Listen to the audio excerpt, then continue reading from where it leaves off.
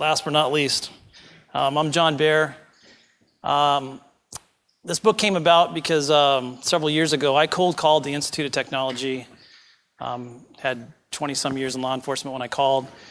And Robert Friedman was the director at that time. Explained to him what I did. I do mobile forensics primarily. I started when I was in homicide in 2006. And explained to them that I've been teaching across the country for a couple different training vendors who make the tools to extract data. I got tired of that. My wife got tired of that because I'd use up my vacation time. And he had made a press release in the local paper about working with the problems in the own community that had technology-driven aspects to them. So I used that as my crutch to go and cold present to him and some other people from the Institute. It was supposed to be an hour meeting, and it ended up being 3 hours. And he asked me to start a program out here.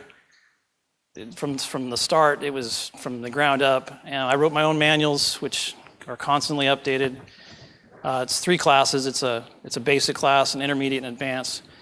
And what it allowed us to do is similar to the Marshall University in West Virginia, where they work with law enforcement, and they're able to have a nexus and an MOU where the lab out at the university helps facilitate some of the advanced exams.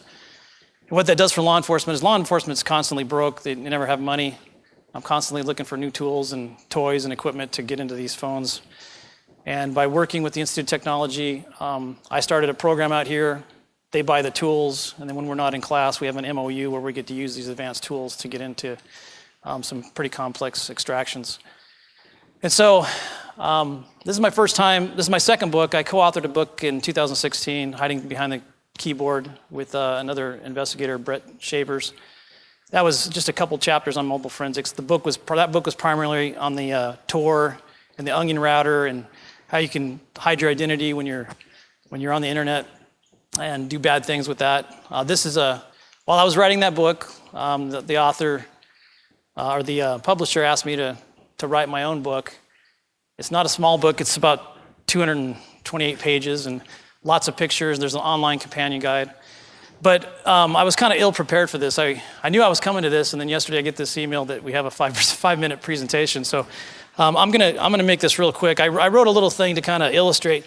This book's really technical, and if you're having trouble sleeping or you want to put something in the bathroom, this is a great book for that. If you're not technically savvy, so I kind of wrote this little put together here just to give you an idea of where this is coming from. Mobile forensics. What exactly does that entail? That's a question that I often get from a lot of people. Christmas parties, family get-togethers, strangers come up to me. And usually when I get ready to answer that question, I take a deep breath. And I pause for a second, and then I explain to them what it is. But our society has, for justified reasons, they've come to view the recovery of personal data as an intrusion and a violation of their constitutional rights, and rightfully so. The way I look at that is we need to have some balance. We live in a country with due process, but we also should have to be able to protect our personal data. So seeking the truth from mobile evidence, it doesn't address those issues. It's more of a how-to guide from the fundamental, very beginning few chapters to the intermediate chapters and through the advanced. It tries to guide individuals in the private, corporate, and law enforcement sectors they might have a responsibility to get the data and get it the correct way. The problem with a lot of the vendors that promote these tools is that they're trying to line their pockets. They're trying to promote a tool that does a certain thing. They don't necessarily understand the legal component or the validation component. So just imagine for a second that after hearing all these great presentations today, you walk out the door, and before you walk out, you buy everybody's book. And then as you're walking out, you get an alert on your phone, you look down, and you get this really grim notification. And this terrible tragedy has taken place. There's been a loss of life, and you've been notified of it. And of course, you could fill in the blank. It could be a spouse, a parent, a child, a sibling, a coworker, an acquaintance that could be that other person that's lost their life. The notification could come from another individual that's close to that person and is equally as distraught as you are. Questions are going to race through your mind. When did this occur? How did it happen? Who's responsible for this? Was the incident an accident? Could have been an accident. The person that's lost their life, were they involved in it? Was it a felonious crime? Had this person been at the wrong place at the wrong time? More and more questions you have, the more you think about it, your heart races. It overwhelms you. Now imagine that you're employed to answer all these questions. But it's not one incident. It's not one isolated incident. It's hundreds over your career. In each incident, a loved one, friends, families, they all wait for those answers. Furthermore, your granular focus is on an instrument that we all carry with us. That same one that I had introduced to you to aid in thinking about all this. They fill our television and radios with ads every day.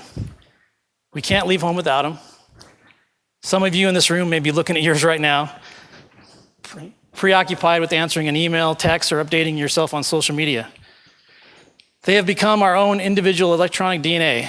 They paint a digital picture of where we are currently located, where we've been located, who our friends are, what our status is, the length of our conversations, our likes and dislikes, web history, and they store countless images of selfies, videos of various events and activities, voicemails, and much, much more.